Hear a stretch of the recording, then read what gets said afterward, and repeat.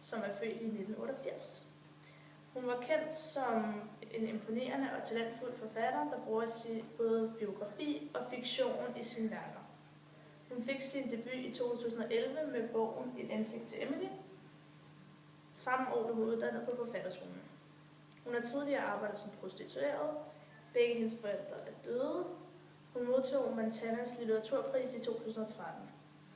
Hun bruger sin blog rigtig meget, og hun kombinerer tekster fra hendes blog og fra Facebook-profilen og fra hendes andre udgivelser. Jeg har valgt digtet Min farmor blev ved med at ryge, efter hun har haft en hjerneblødning af Asta Olivia Nordenhof. Digtet blev udgivet i 2013 i digtsamlingen Det Nemme og det Ensomme. Digtet handler om en række begivenheder, der er sket i Asta Olivias tidligere liv, hendes familiemæssige liv. Det handler om hendes farmor, der døde, og hendes far, der har slået hendes mor, og så den mand, hendes mor fik efter hendes far døde, og det endte så også med, at moren døde. Og Olivia har haft en rigtig hård barndom, hvor hun er blevet slået af sin far, og har haft en rigtig svær barndom. Jeg kiggede på digtets rim og rytme, og nåede frem til, at der ikke er noget rimmønster i digtet.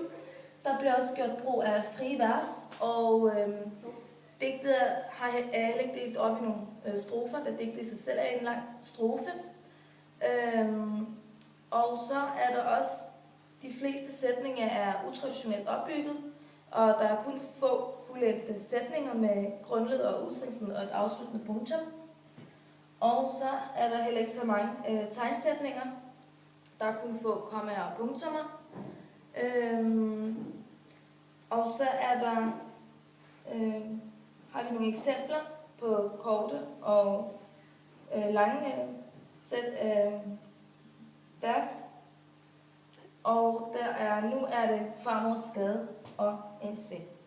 Vi har valgt at dele digtet op i 12 strofer, og jeg vil godt snakke om 3 af stroferne, som vi har valgt ud og prøve at belyse lidt. Og det første, det er i 12-21, hvor der er billedskabende sprog, og til sidst med lidt konkret detaljer i. For eksempel er der en smal gang, som leder ind til stuen, og der er en seng, og der er soveværelse.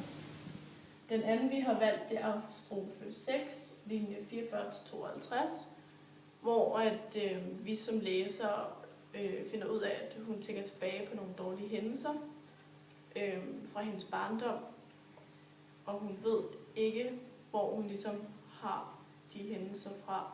Det kan fx være erindringer eller fra billeder. Og til sidst der har vi så strofe 12, linje 104-112, hvor hun står frem med sin egen holdning, som hun så har sagt til sin mor, at der er ingen grund til at være venlig over for dem, der har været uvenlige over for hendes mor. Og på den måde kan vi så tolke, at hun hentyder til, at hendes mor ikke skal være venlig over for de mænd eller personer, som der har gjort hendes mor fortræd eller såret hende. For eksempel de 2 tidligere mænd, hun har haft, som har tæsket hende. Vi har valgt at præsentere til Vi taler til jer, hvor artiklen handler om nyere digtere, og vores digter er så en af dem. Jeg citerer fra teksten. Hendes digte inkombinerer Facebook-sprogets semi-offentlige hverdagstale, ligesom hendes Facebook-opdateringer hele tiden taler med digterens billedrige og sanselige stemmer, der formidler en stærk og kærlig vision om verdens sammenhæng. Og der har vi så sagt, at det afspejler sig i vores digt, fordi hun bruger et meget hverdagsagtigt sprog.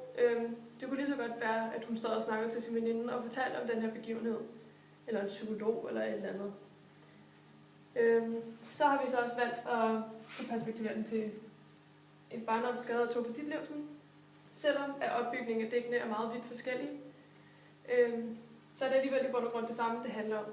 Begge digte handler om en hård barndom. Tove Ditlevsens barndom for utrolig mange år siden, og så den her lidt nyere barndom. Men det er om en hård barndom, og hvad der er sket i begge deres barndomme. Digtets temaer er sorg, undertrykkelse, ulykkelighed, uheld, minder, glæde og vold. Og derfor har vi valgt 2 temaer, som vi gerne vil uddybe: vold og undertrykkelse.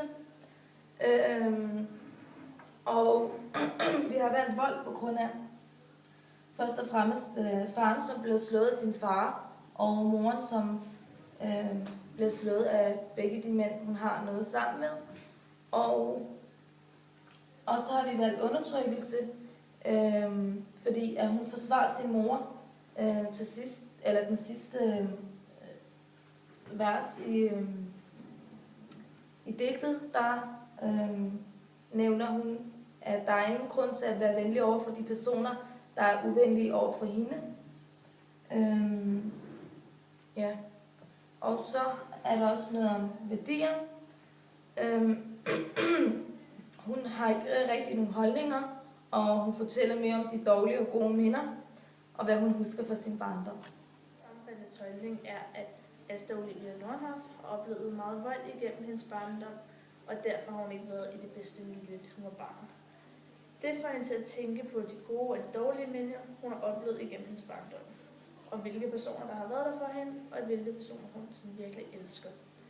Hun nævner for det meste hendes farmor og farfar og far som nogle voldelige personer, og som dem, der har gjort, at hendes barndom har været dårlig. Hun nævner for eksempel aldrig nogen fra hendes mors side, så det kan være, at al volden har været på hendes fars side. Og det er det, vi sådan har fortolket, og det er det, hun beskriver i digtet.